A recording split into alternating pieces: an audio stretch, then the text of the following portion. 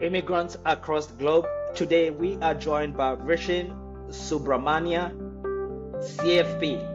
He is a certified financial planner, a seasoned financial consultant, and a founder of the Capital We, a firm dedicated to helping young professionals, especially young immigrants, to achieve financial independence. Originally from New Delhi, India, Vishen moved to the US at the age of 17 and experienced firsthand financial hurdles. We are sure to hear about those. Many immigrants face just about the same. His passion for financial optimization and the FIRE movement led him to launch Capital We, where he empowers others to move confident toward better money decisions. Now based in Arlington, Virginia, he is on a mission to simplify finance and to help immigrants build wealth with practical real life strategies. Vishen, welcome to the pod. Tell us, what were your initial financial hurdles as a new immigrant? Yeah, well, firstly, thank you so much for having me, Martin. It's a pleasure to be chatting, and I am glad to be here. I think it is a lot of, the psychology of money when you start off, right? All of us grew up in certain circumstances, and that is basically, your environment, your country really cements your psychology around money. And I think wanting to change that, being in a different country, is the hardest kind of, I would say, hurdle. So as I kind of think about it, coming from India, there's always this thing of, don't take loans, always be saving, don't put money in the stock market because it's risky, buy a house, because that's a safe investment. And then when you come to the US, that pretty much is exactly the opposite, where you have to invest in the equity markets to build wealth. You absolutely take loans because your credit score is determined by it, as well as a house, if you live in a high cost of living area, might not be the best investment, if you will. Those are just kind of things that I thought about a lot, right, when I graduated college and started my Very, very interesting. So you really went too far. And you got to college, and let's go back to before college. Let's go back to 17, right? And when you were responding to me, you started with the psychology of money, right? And that puts me back to Morgan Household's book, Psychology of Money. Yeah. Immigrants often come from cultures with different money mindsets, and I think you do understand this really well. How does the psychology influence financial success in a new country?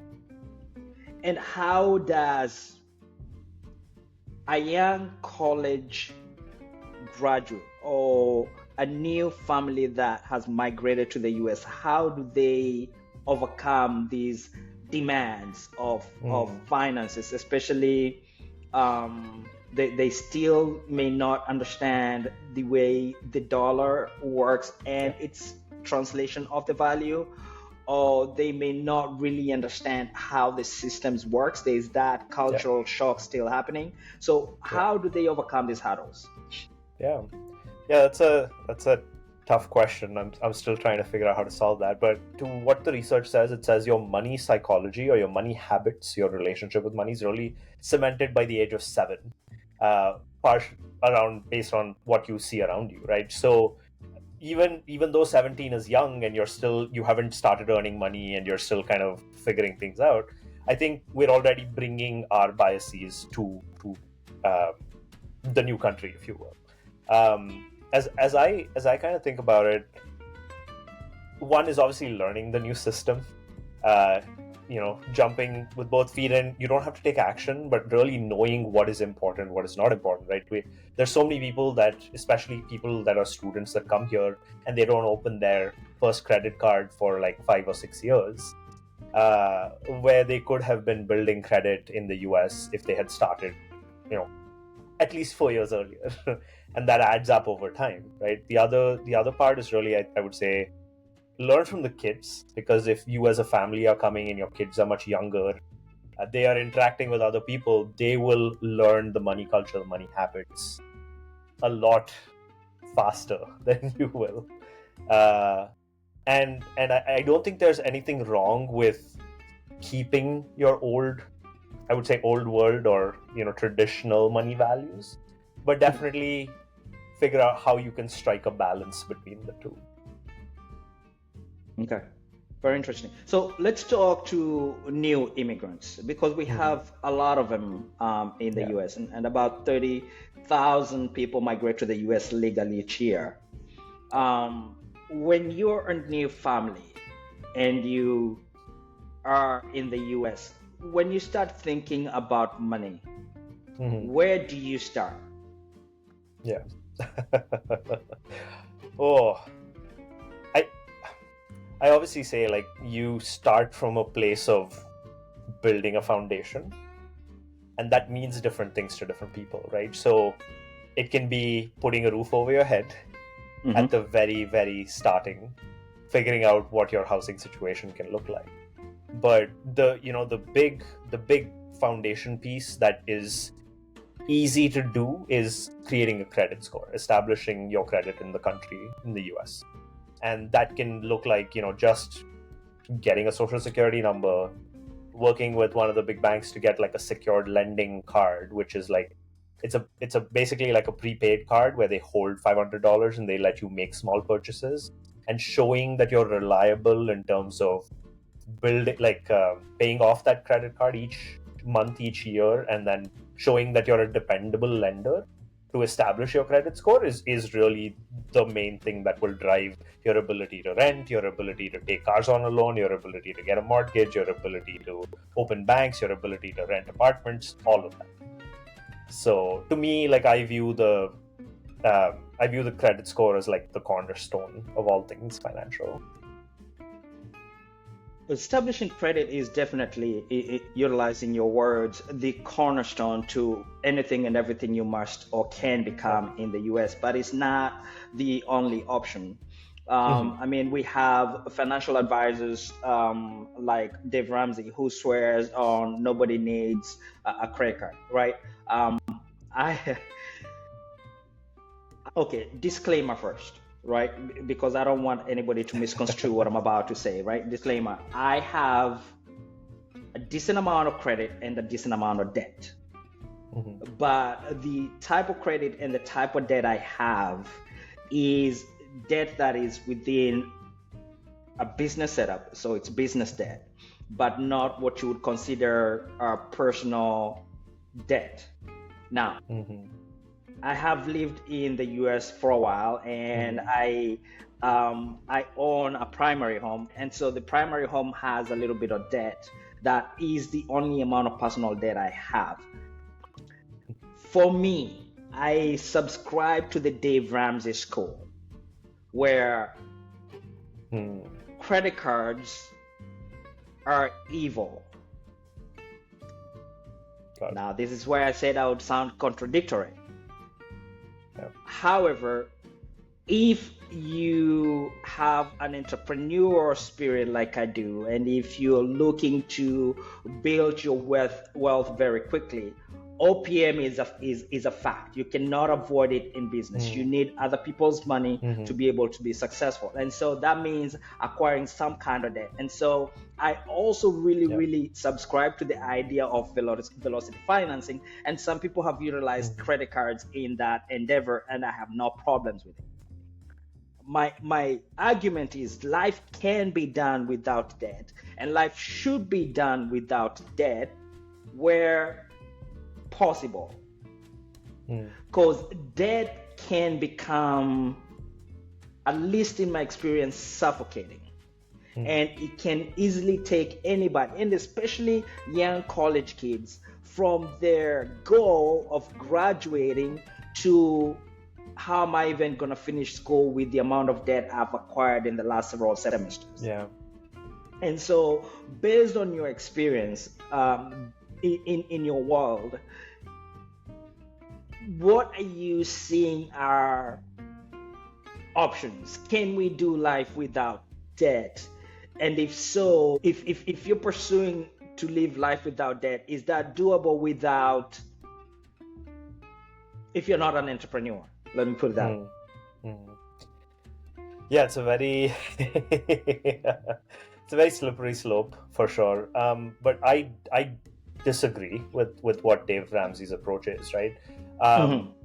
Because personal values are very different. I do recognize the power, as you said, of debt, and I view it as a tool. So um, it cuts both ways. If you're able to use it as leverage to build assets, businesses, buying a house, uh, as a replacement for your cash flow while you are able to, subsidize your big mortgage into monthly payments so that you are able to invest more, then it is useful.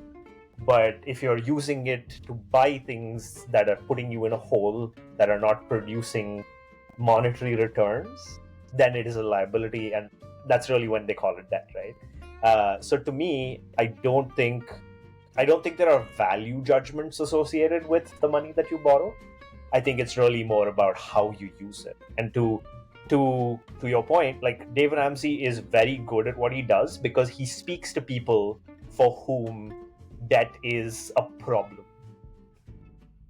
So there are people that are in the Dave Ramsey community who are going out, they pay off their debt, and then they celebrate by buying a new truck, which is going into debt all over again. So it's a self-perpetuating cycle. Whereas I know, like, if you're an immigrant, you're not keen on getting a loan because you view it as risky.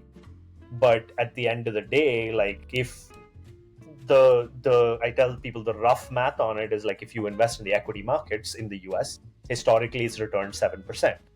So if you have a loan that you can get for lower than that, and if you're able to then divert some portion of your cash flow or your monthly salary into investments instead of paying more into acquiring a house or having cash sitting building up while you are waiting to buy a house in all cash, that is all opportunity cost in terms of investments returns that you could have made. So let me throw you a card. I admire immigrants so much, partly because they are hungry and very aggressive toward getting what they want. The thing that concerns me when it comes to immigrants and money is the lack of knowledge and how to translate their life from one step to the other, and how money plays in that factor. The other issue immigrants really struggle with is their status. What kind of visa are you in? And that also can affect what you can and cannot be able to do. So how are you helping immigrants be able to bridge those two? Honest answer is I'm still figuring it out. I mean, the need was clear to me when I went through that process, right? If you come to the US, you are on a temporary visa, and then you have to apply for like a H-1B, which is a lottery system, and then like you're put in a green card backlog, which is, again, they cap the number that are drawn or that are given out each year. And so really you have people that have lived here for 20, 30 years where they're in a limbo with regard to visa status. I have, the framework that I'm now beginning to cultivate for myself is really do the best with the information that you have, and then you can always kind of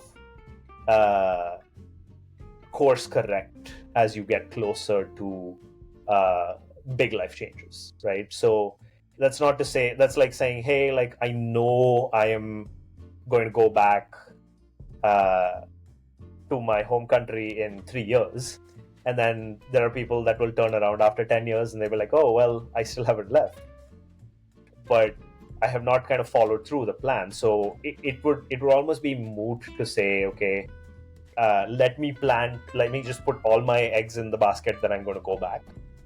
I would say do a little bit of like plan for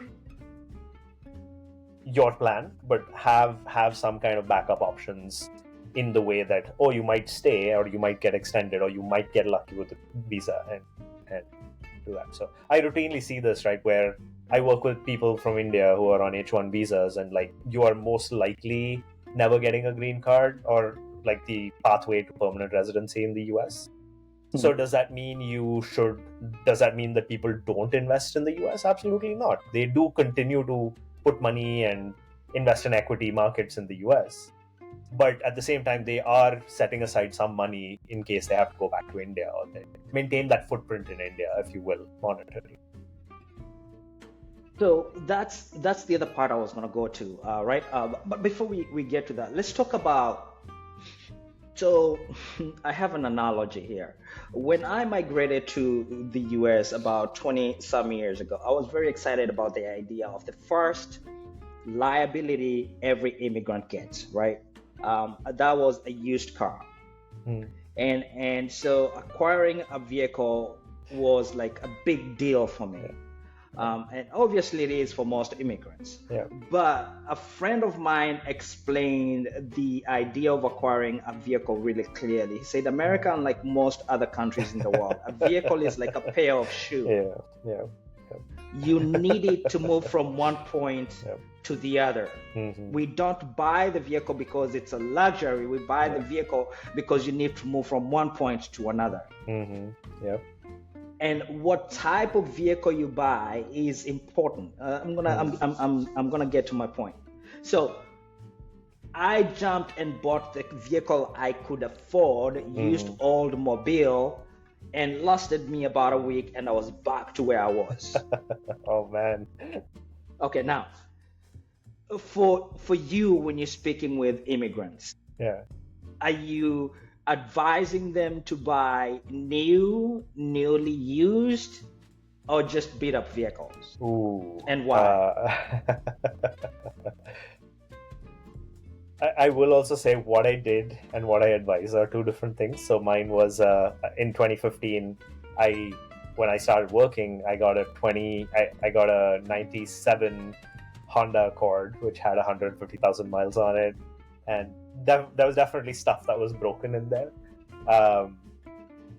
And I drove it. It was fine, but I have since learned like it's okay to not have things that are just the bare minimum. It's okay to do like +1, if that makes sense. So I would probably not recommend a beater car, if you will, unless it's a Japanese model. But I typically tell people, right, the depreciation curve on cars is 10 years plus. So I would say if you're able to find something that's like just around 10 years old, and without high mileage, that's like the sweet spot to me in terms of getting a car. It may not be cheap, it may not be like $2,000, but I think it's doable in terms of like not having to go into debt to finance it, or like not kind of pinching your pocket too much, especially as you're starting a job. Very interesting. So researching you, I found out something about a FIRE movement. What's the FIRE movement, and why did you start it? Sure. The FIRE movement is something I found online. It's basically stands for Financially Independent Retire Early. And so the idea is that you accumulate a bunch of money in investments to a point where a return from those investments, or drawing upon those investments, you can take a salary, if you will, that covers your entire spend for the year. And if you're able to achieve this, you are in essence financially independent. You don't have to kind of work a job in the traditional sense of like trading your time for labor, and you can go do other more meaningful things with your life. Okay. Can we just digest what you just said? When you say something that is more meaningful, how is that any different from what most people migrate to the US to come do? Some people are very focused on, I'm going there to become an engineer or a doctor or a nurse. So that's their passion. They're pursuing their passion. And I do understand where you come. I just want to make sure that there is no confusion to this, if you can explain yourself. Yeah. There's a joke in India where you say, okay, everybody goes and becomes an engineer first before they figure out what they want to do. So, in essence, one of the pillars of being an immigrant is you are told to pursue a degree or a path of education that has good career prospects, that will pay well, that is safe, right? So that's engineer, doctor, lawyer, those kind of things. Problem is, you're made to pick that when you're 17 or 18. A lot of people might not actually know what they want. And then, especially if you get exposed to other things that maybe are not financially viable as careers, art, for example, I would not say it's not financially viable. I would say the degree of success or the amount of money that you can make is probably not as high or the rate of success is probably not as high. And so there are a lot of people that are passionate about that, but are doing a job because they need the financial stability.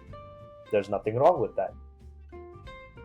But as you kind of think about how you would spend your time, would you want to spend 40 hours or 80 hours a week doing something that you do in order to produce money? A lot of people are maybe not keen on doing that for the next 40 years, where they trade 40 to 80 hours of their life each year doing something. If you found what you're passionate about and pays you, great. I don't think that's the case for everybody. And I think the financial independence movement has grown from the fact that people want to do other things outside of work, if that makes sense. Okay, so this is where we strip you naked as much as possible. And while you may not be speaking to everybody, speak to one immigrant. I'm 26 years old. I walk into your office. I need a financial plan so that the next 26 years can be different for me. What does that plan look like? I'd really want to understand what your psychology is to start, right? And what your values and goals are in your life, right? So in terms of psychology, I want to know, are you comfortable investing, taking risk and investing in the markets? Are you comfortable taking on debt? Do you have a goal? Do you have a family that you're trying to support? What is your approach to all of that? Are you stressed out? Is there something that is working in the back of your mind? Are you, like a lot of people that come into an advisor's office, there is anxiety, right? There's no reason you as an immigrant would be willing to share your money situation with a complete stranger unless you really feel like you need help. So there's a lot of anxiety stemming from one of these multiple things. First thing is to figure out what is causing that anxiety. To the case that you mentioned, you said, I don't want the next 26 years to look like the first 26 years, right? And to me, I want to explore that dynamic a little more. What does that mean? Like, what would you be doing, right? And so that goes into the second part of what I mentioned, which is trying to understand your goals and values. So figuring out, hey, like if you, as a thought exercise, if you never had to worry about money, what would you do? Who would you be? Where would you go? Most people will say, I will do whatever I want, right? But what does that whatever you want mean? Does that mean you're going to continue working? Does that mean you're not going to continue working? Does that mean you want to go back to your home country? Does that mean you want to settle and travel? Does that mean you want to backpack? What does that look like, right? And then understanding, if you have limited time on Earth, what does that look like? If you had 5 to 10 years to live and you don't have unlimited money, what would you do? Where would you go? What would you fix? And then really, the third question I try to ask is, like, if you had 24 hours to live, how does that make you feel? Who do you feel like you did not get to be? What do you feel like you missed out on and did not get to experience, right? So really thinking about what it is in terms of potential that you wanted to be and you couldn't. And that kind of gives us a great framework to start exploring what you truly want to do in your life. It may not look like a crazy big change, but there can be small pieces of it that you can start incorporating into your life to live a more fulfilled life. At the end of the day, nobody hates work. They just hate doing things that they don't like. And I think it's about incorporating more of what you like doing into your life so that the journey becomes more bearable. It's a marathon, not a sprint. Yes, it is. It is a marathon, not a sprint. So, based on data you're collecting, Mhm. what are some of the common mistakes immigrants are making in regards to money and how should they avoid them? Oof. Um, it varies vastly based on cultures and based on the country you grew up in and your personal circumstances, right? But Of to course. me, I can speak specifically to like the Indian immigrant diaspora because that's personal experience.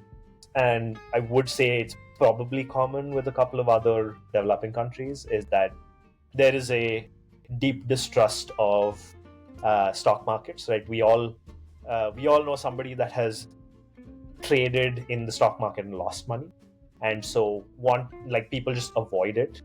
And so to me, like I would say changing your mindset from like a trading mindset to a long-term investment mindset in the equity markets is a big one. Buying a house, everybody is like, oh, I'm going to buy a house, I need to own property, it's like a safe investment, and you're basically killing yourself. There's a concept called house poor, where you have you have a roof over your head, and you barely have any money to put into other investments or go live the other life because you're paying the mortgage down, or you paid down, or you bought your house in all cash. And so I would say being house poor is the other big thing that I see immigrants do, because the house is seen as such a there is security associated with it, absolutely, but you have to make sure the numbers make sense for your situation. Um, and then, really, I would say not getting started earlier, because there is this universal fear of the unknown, and not being able to know what you need to do in order to adapt your situation to the context of the US. I think one of the many and most important points that immigrants need to remember is that there's people who invest in this country Mm-hmm. and they're foreigners. Mm-hmm. And so if we can remove ourselves from that shell of I am an immigrant and I may be going back to my motherland Mm-hmm. or maybe transitioning to another land, we need to optimize our opportunity based on the now that we are in, and look at opportunities of how we can diversify our investments, our portfolio, and how that can be translated if we have to leave the US, or if we're staying, how that can be matured into other things. Yeah. That said, how should immigrants balance sending money back home with their own financial goals? Yeah, that's a big one. I view it, or I have started telling people to view it as a budget line item. There are a lot of people that, there is this sense of, what do you call it? Survivor guilt, if you will, where you're like, I have come here, I have done better, I got this opportunity, and I need to make sure that people in my family or friends who didn't make it here also succeed. So you take it as a responsibility on yourself to be sending back money or making sure that people are set up for success. And there is this analogy of you cannot pour from an empty cup, right? So it is very important that you don't burn out doing the thing that you're doing, so that you are able to do this for a longer time. And I have started telling people that you need to do it as a line item in your budget. So set aside a certain amount of money in your budget each month or each year to send to people. And if there are people that you have to support regularly, then send it regularly. Or if there are people that need the money on a as needed basis, then just put it into a separate account where it's like earning interest or something in a savings account, and draw from that. Do not send money from the core paycheck account that you need, because that is for you and for yourself. You are not only setting up yourself and your family in the future, but also like ensuring that that is balanced with like setting up the family that you have back in your country and their family, right? That's a very interesting. I approach it differently, Mm. right? When I speak to immigrants, especially if they've been in the US for less than 3 years, I ask them to take what is called a financial hiatus Mm. and not send any money back home Got it. and not buy expensive items, right? And no, invest in assets if they can. And the reason why I say this is because immigrants have the same problems that professional athletes have. The majority of them come from a place of lack, and then all of a sudden you come from to a place where, oh God, I have something left over, and now I can afford to share whatever is left over with the people I have. But you have not really need that financial goal really. It's not stack, right? You talk to a lot of immigrants, they are not invested in the markets. They do not have tangible assets, but they send thousands of dollars annually back home. And so I always say, by the time you're getting to a point where you're saying, you know what, I need to invest for me, it may be a little bit too late. And I think it's a great idea to first disregard the problems you have in your motherland, because those will always be there. Family will always need you to help, and in some instances at some point you need to help, but the majority of the time in the very first years, I'm like, no, save what you have, invest and diversify your portfolio, and then when you get to a place of comfort, and usually it takes somewhere about 5 or so years, then from that point you can start giving. For example, when you come to school and you may have a part-time job or something like that, that does not give you the capacity to give. And I'm not saying do not give, do not get me wrong, right? The human is to giving. I'm just saying it should not come to a place where we create parasites who are totally dependent of you, and you're getting a high off of giving, but have not created a roof over yourself, where you have protected yourself and now you can really give abundantly. Absolutely. I think it dovetails well with what I said, where as part of your monthly budget, you are setting aside a line item where you are investing. And so in your expenses, you have, rent, food, discretionary expenses, and then you also have investments that are going as part of that monthly budget. And then if you have anything left over, then I would say that is what you are budgeting in your as a separate line item in order for you to set back. So I don't think, if it's $100, it's $100. How that translates to how much you can support your family, broader discussion. But I don't think you have to necessarily take a financial hiatus. I think you have to do both investing and sending back money. If you want to do those, you can do those if you have discretionary cash flow. But definitely the investing needs to be a part of your budget line item on every paycheck. So Vishen, the world has become a global village. And something beautiful has emerged from our ability to live closer to each other and to travel faster than anything else. We now have artificial intelligence. And so when you're speaking to immigrants, how are you advising them to retweak and prepare themselves as AI really becomes a force in our future? I will be honest. I'm an artificial intelligence skeptic at this point. I know that it is the future, but I don't see it replacing very many jobs or kind of taking over the way people are doing the marketing for AI just yet. I think we're still at least about 15 to 20 years out, which is, in some sense, it's a whole career span for some people. It's half a career span for a lot of people. Right. So to that point, I'm not kind of advising people around AI, because I think I'm a cautious optimist, and so I want to wait and see how it emerges before I form more opinions of my own. A cautious optimist indeed. The idea of migrating into other countries is to earn better and live a better life. So Hmm. part of earning better is educating yourself, is earning the skills that the marketplace requires. Yeah. But once you have educated yourself and you've earned the skills that the marketplace is requiring, how should immigrants negotiate better salaries given the fact that most of us are timid in the workplace? Hmm. So I have a couple of thoughts here. But essentially, going back to the immigrant mindset of lack is a big one.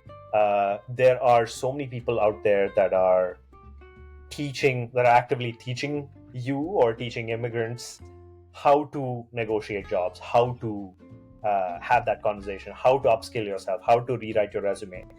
And for some reason, we as immigrants still insist on, I will do everything myself. I will learn it. I will figure out, I will Google it, I will do my own resume. I would say it makes sense to pay an expert there to bring in their value addition to your path so that you're able to shortcut making those negotiations, or you have somebody who's like positively encouraging you from the sidelines in order to push yourself outside of your comfort zone, make more negotiations, make more money, things like that. It's kind of very similar to hiring a financial advisor where like you don't need it, you can absolutely do it yourself, but it is somebody who's pushing you to do a little bit better each time and really instilling that confidence that you can aim for something that's higher than what you initially thought.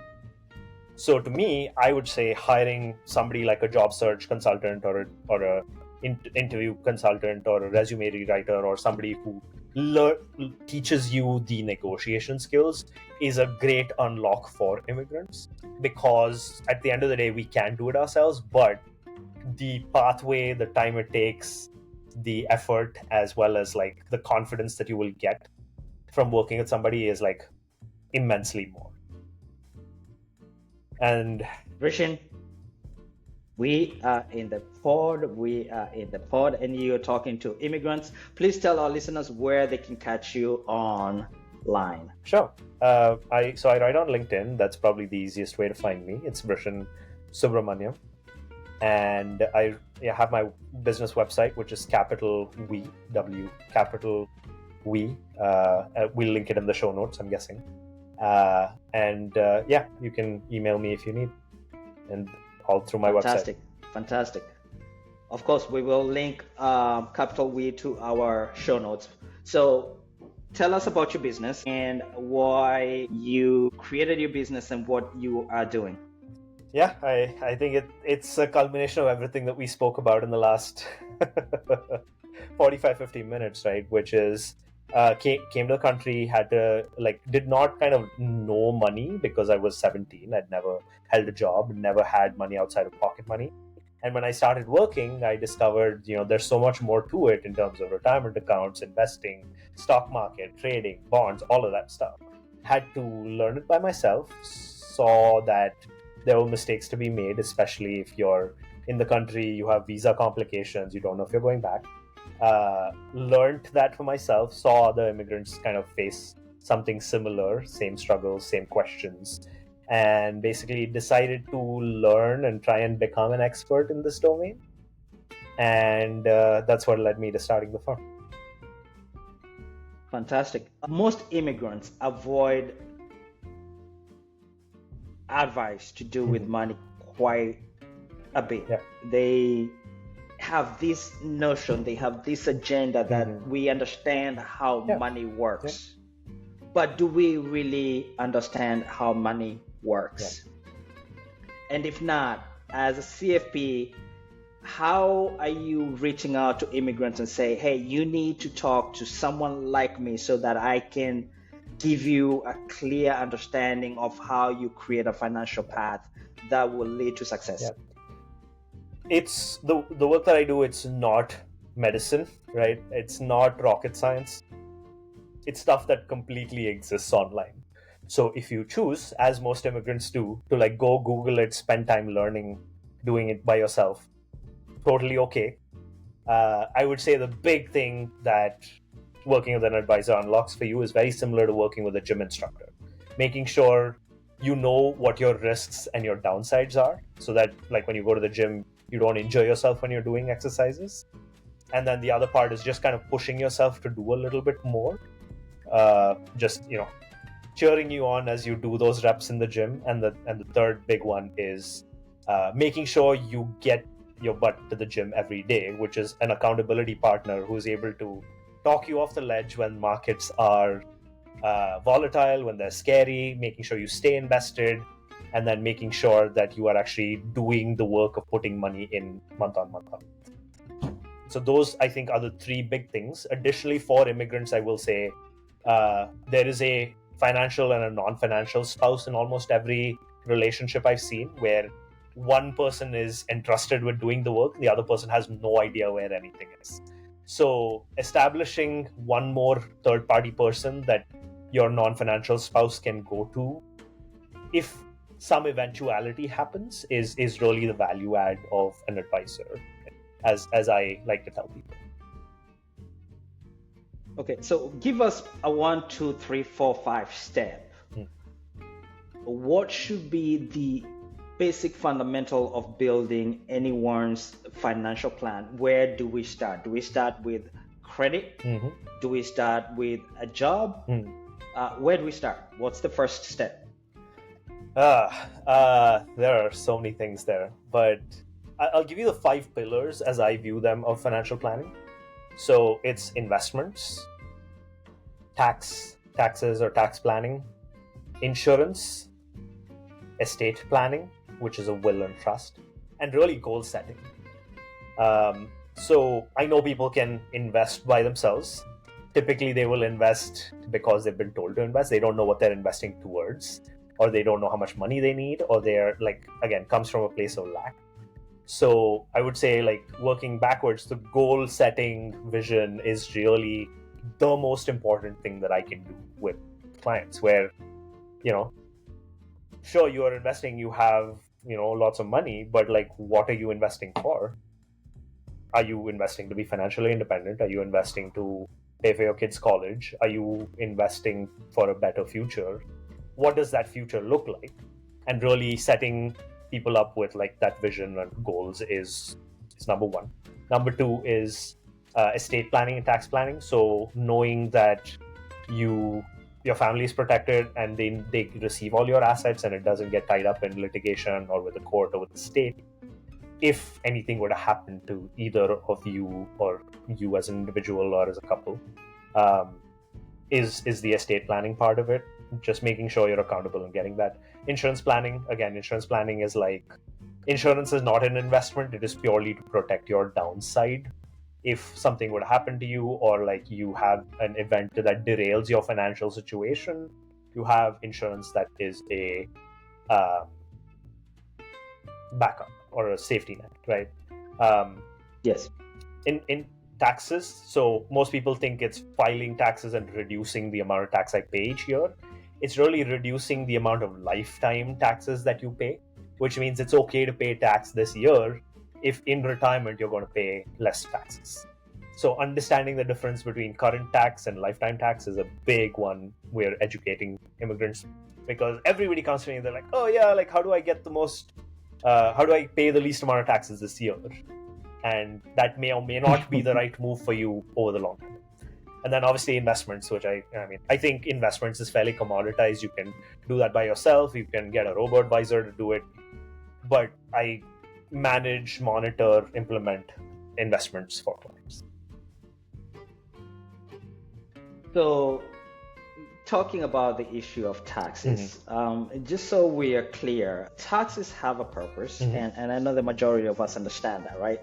We pay taxes so that we're driving on nice roads and are able to walk into an ER, and we have paved roads and all that good stuff. These are the reasons why we pay taxes. We pay taxes so that we go to schools. We pay taxes because of security, and on and on and on. And so there is a limited amount of tax to be paid, and there is a maximum amount of tax to be paid.